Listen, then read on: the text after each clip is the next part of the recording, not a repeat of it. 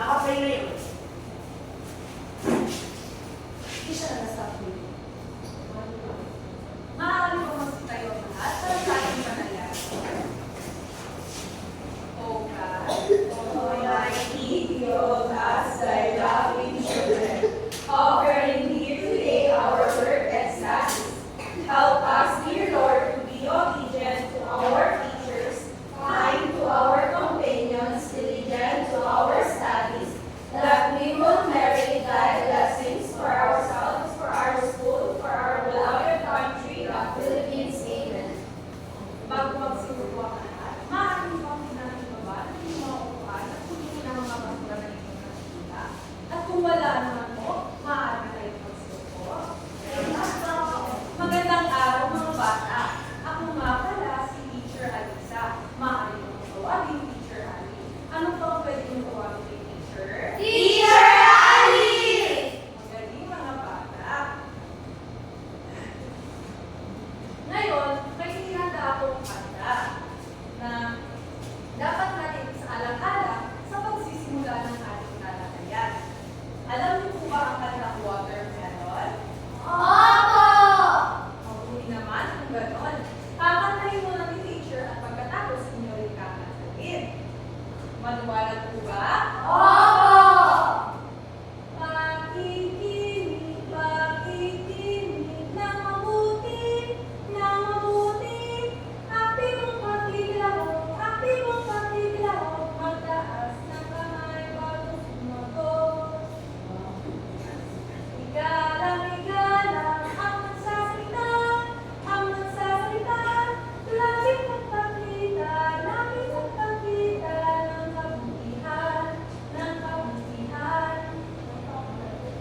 Yakapin ang pagtutulungan, ayusin ang bubuan, at sa gilid. Nakukuha niyo po ba? Maganda? Opo! Ngayon naman, sabay-sabay tayo kakanta. Liwanag? Opo! 1, 2, 3, go. Pakikinig ng mabuti, aktibong pakikilaw, magtaas ng kamay bago sumagot. Igalang, ang nagsasalita, laging magpakita ng kabutihan. Yakapin ang pagtutulungan, ayusin ang upuan, at sa lilig. Magaling mga bata, at kayo ay talentado. Ngayon, ano mga dapat natin sa alang-alang sa loob ng klase? Ring? Pakikinig ng mabuti, teacher! Magaling. Yes, Giovanna? Aktibong pakikilaw, teacher. Yes. Teacher, Heart? magtaas ng kamay bago sumagot. Tama. Hazel? Teacher, igalang ang nagsasalita. Tama. Leia? Laging magpakita ng kabutihan, teacher. Alabata? Yakapin ang pagtutulungan. Rosella? Ayusin ang upuan at sa lilig. Tama. Lahat ng inyong nabanggit ay ito ang gawin sa loob ng klase. Ngayon, ano naman ang inyong napapansin sa mga larawan ito? Alabata?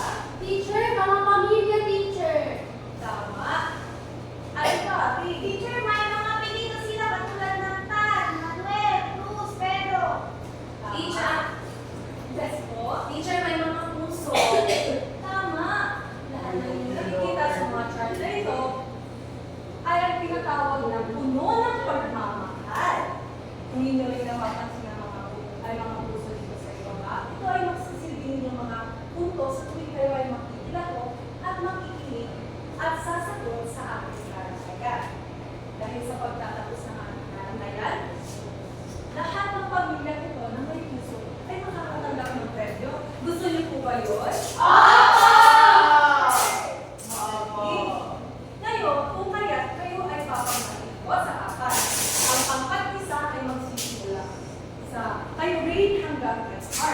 Kayo naman ang magiging pamilyatan. Ang pamilya Manuel naman, ang dalawa ay mag-umpisa ay Gabriel at saka Maria. Ang tatlo naman, ang pamilya Cruz ay Hazel at Luis. Ang pang-apat naman, ang pamilya Pedro ay magsisimula kay Giovanna at saka kay Geraldine. Mga bata, may babasahin tayo kwento. Handa na bang makinig?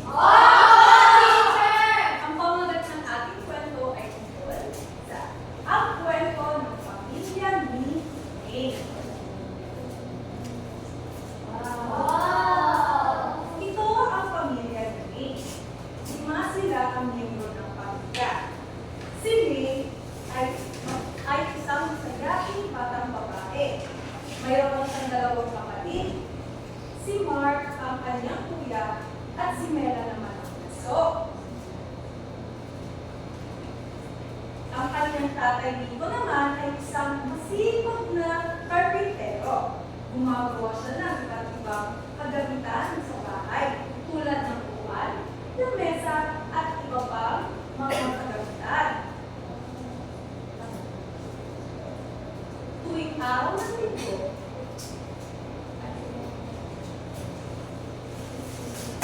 ang nanay niya naman ay isang mabait na mananahi. Gumagawa siya ng iba't ibang disenyo ng damit. Palagi niya inaayos ang mga damit ni May. Tuwing linggo ay nagsisimba ang pamilya. At pagkatapos ay pupunta sila sa bahay ng kanyang lola Marie at lolo Marco. Isang araw ay gumawa si May ng isang party para sa kanilang aralin. Ininigit niya ang mga lalawan sa puno. Masaya si May habang ginagawa niya ang party. Dahil mas lalo niyang naunawaan ang pagkakakonekta ng kanyang pamilya. Sa ating nabasang kwento, ano ang pamagat nito? Yes po, Karil. Ang pamilya, ang kwento ng pamilya ni Magaling, tama. Ngayon, ilan sila ang miyembro ng pamilya? Teacher Lapata? Teacher, 5 po. Tama. Ano naman ang trabaho ni nanay? Ang tatay ni Miel at ang nanay ni Miel? Ray? Mananali. Ang tatay niya? Ay, karpintero. Tama. Tuwing linggo, saan sila pumunta? Lupana? Sa simbahan po, pagkatapos pupunta sa lolo at lola. Tama. Ano naman ang ginawa ni Teacher para mas maunawaan niya ang pagkakakonekta ng kanyang pamilya? Giselle? Gumawa po siya ng family tree, teacher. Tama. Sa inyong palagay, ano ang paksa ng kalaliman ngayon? Araw?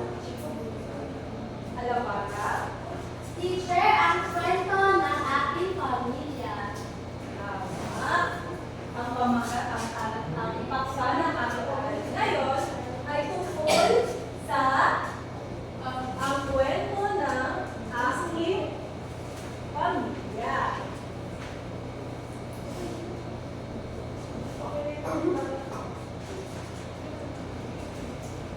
Ng aking pamilya. Sino po dito ang maaaring magkwento tungkol sa kanilang pamilya? Geraldine, maaari mo ba magkwento ang inyong pamilya? Una po, ang aking pamilya nang simula sa aking lolo na pangalan po niya ay si Malimutan mo kasi matagal lang siyang patay.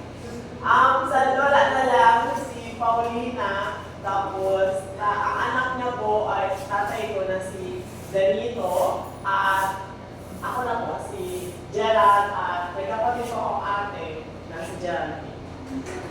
Hazel, maaari ka ba kung kwento tungkol sa iyong pamilya? Teacher, lima po kami sa aming pamilya, teacher. Una po ang aking tatay, si Angel Driver, teacher. Tapos, nanay ko po, teacher, may cancer siya stage 3, teacher. Tapos, may ate po ako.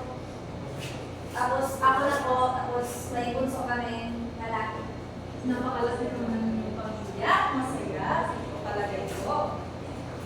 Ngayon, saan naman kayo palagi ng mga ng iyong pamilya? Okay? Ano po teacher? Ano po kami sa simbahan po? Kasi minsan po, pag sabay po kami pupunta sa simbahan, doon na po kami nagkakabanding po. Thank you po. Teacher, ikaw naman, Heart, saan kayo madalas pumupunta? Namamarsyal po kami kay isang teacher sa mall po.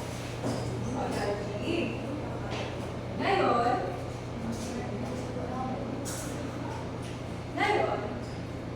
alamin naman natin ang ugnayan ng puno sa ating pamilya, sa pagkakapagkilala at pinagmulan ng lahat ng ating pamilya.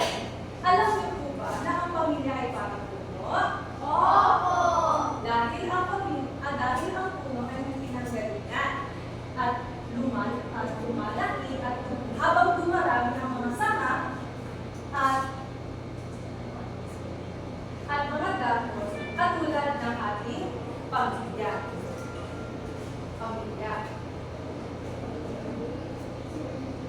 Tignan natin ang family na ito. Ito ay nagpapakita kung sino-sino ang miyembro ng ating pamilya. Nandito si Lolo, si Lola, si Nanay, si Tatay, si Tia, si Tio, at ang mga anak. Ngayon, ang pamilya ay parang puno. Di ba po ba? Ang pamilya ay ang puno ay mayroong ugat, at tulad ng puno, mga sanga at dahon. Ganon din po sa pamilya. Ang mga ugat ay ang ating pinagmulan at ating mga nuno. Alam niyo ba kung saan tayo nagmula? Opo!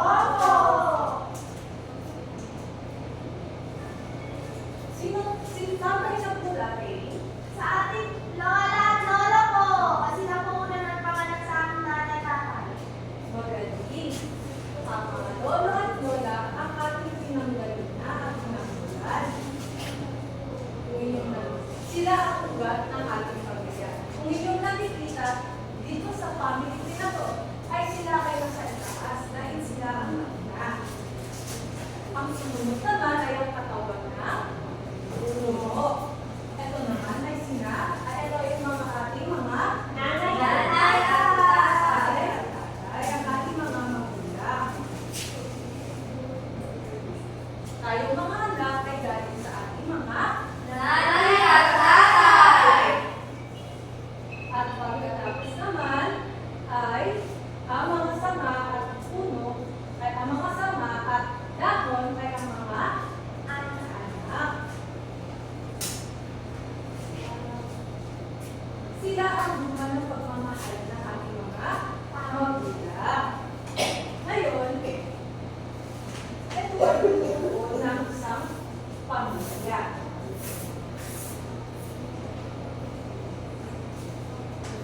Ngayon, bakit kaya mahalaga na pagdalati natin ang bawat pamilya?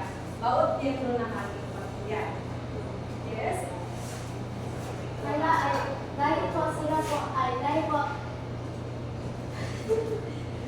Dahil po doon po tayo nagmula. Ano pa, Giovanna? Bakit mahalaga na pagdalati natin ang pamilya? Para po makilala natin sila at may makita ang pagmamahal sa kanila. Paano na naman nagpapakita ang ating pagmamahal sa ating pamilya? Teacher, sa pagbibigay po ng respeto, katulad na lang po sa pagmahal sa kanila at pagmahal po, teacher. Tama. Ano pa? Teacher. Teacher, pagbibigay ng attention, teacher, at care. Tama. Ano naman yung part? Consistent pagsunod sa kanilang utos. Tama. Ano po yung Geraldine? Paggalang at pagtulong sa bahay. Tama. Ngayon, tayo ay magkakaroon ng pangkatang opposite.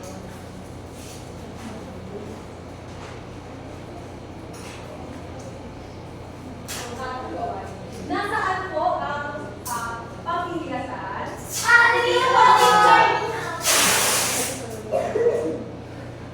Nasaan naman ang pamilya ng Cruz? Pamilya Manuel. At ang panghuli, pamilya ni Pedro.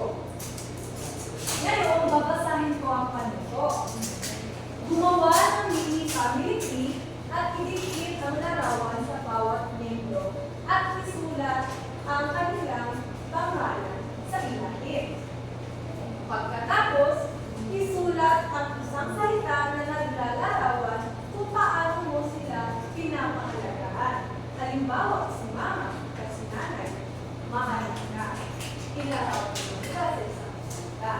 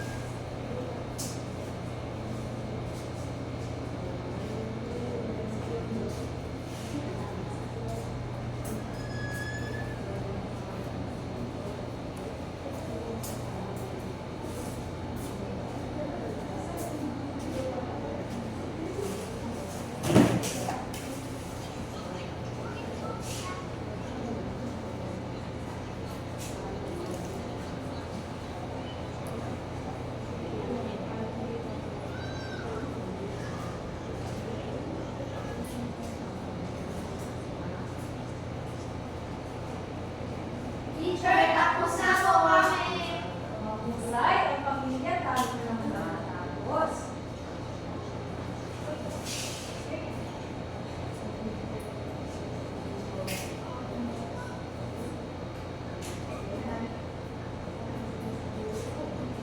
Ray, maaari mo bang ipakita sa klase ang inyong nagawa? Ang aming nagawa ay sa ministry ay una ay ang nasa ibaba si Lolo at Lola. Si Lolo ay magaling. Magaling siya mamuno. Si Lola naman ay maalaga. Siya ay nag-aalaga sa amin pag siya ay may oras. Si Nanay ay masipag dahil siya ang gumagawa ng mga tungkulin sa bahay. Si Tatay naman ay ang madiskarte dahil siya ang naghahanap ng trabaho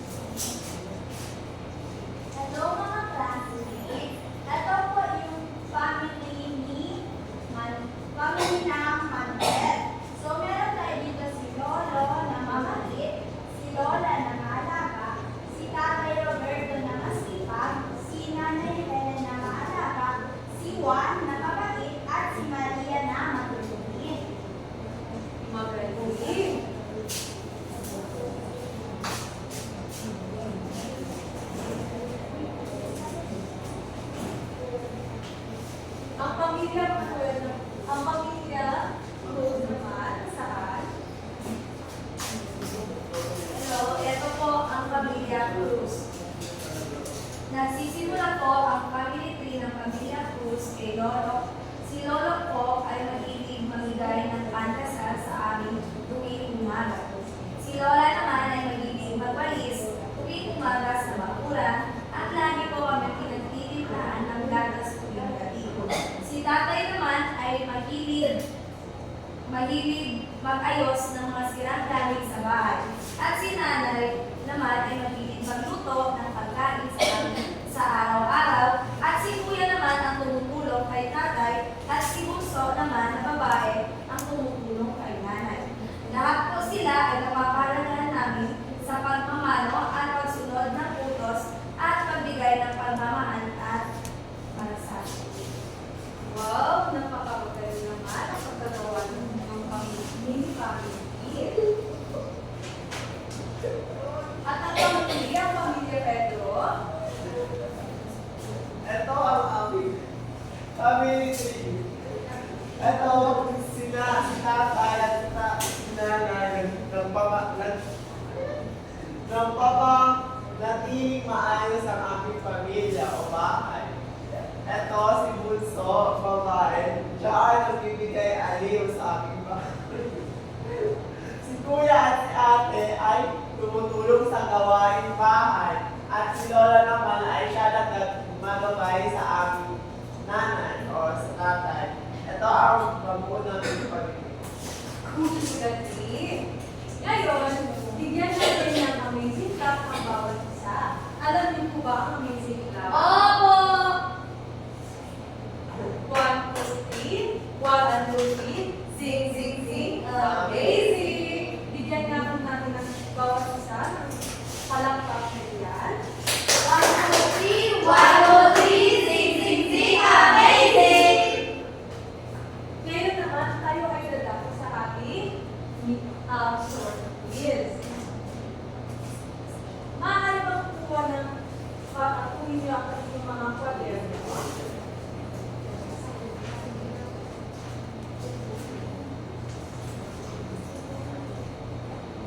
Babasahin ni teacher at inyong sasagutan.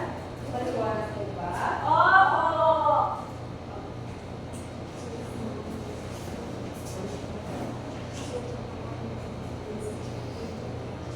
Pakisulat po ng inyong pangalan sa inyong kwaderno. At ngayon, babasahin ko ang panuto at ang mga sasagutan ko. At pagkatapos, inyong isasagutan dito sa harapan. Maliwanag po ba? Opo! Panuto, piliin ang titik ng tamang sagot. Handa na bang sagutan ito? Opo, teacher! Opo, teacher! Number 1. Sino ang pinatulan ng pamilya? Isulat mo po sa inyo. A. Mga pinsan. B. Mga kaibigan. C. Lolo at lola. Teacher! Ay, tapos na ako, teacher. Number 2. Sino ang nakikita sa sama at dahon ng family? Number letter A, anak. Letter B, kaibigan. Letter C, kapitbahay. Number 3. Bakit mahalaga ang pamilya? Dahil marami dahon. A. Dahil maraming dahon. B. Dahil nagpapakita ito kung kanino tayo tumira. C. Dahil puno ito. Tapos na ba ang lahat? Magaling. Ngayon naman ay bibigyan ko kayo ng inyong mga dakal. Dadalhin ko ito bukas mga anak ha. Opo! Babasahin ni teacher ang panuto ng dakal ninyo.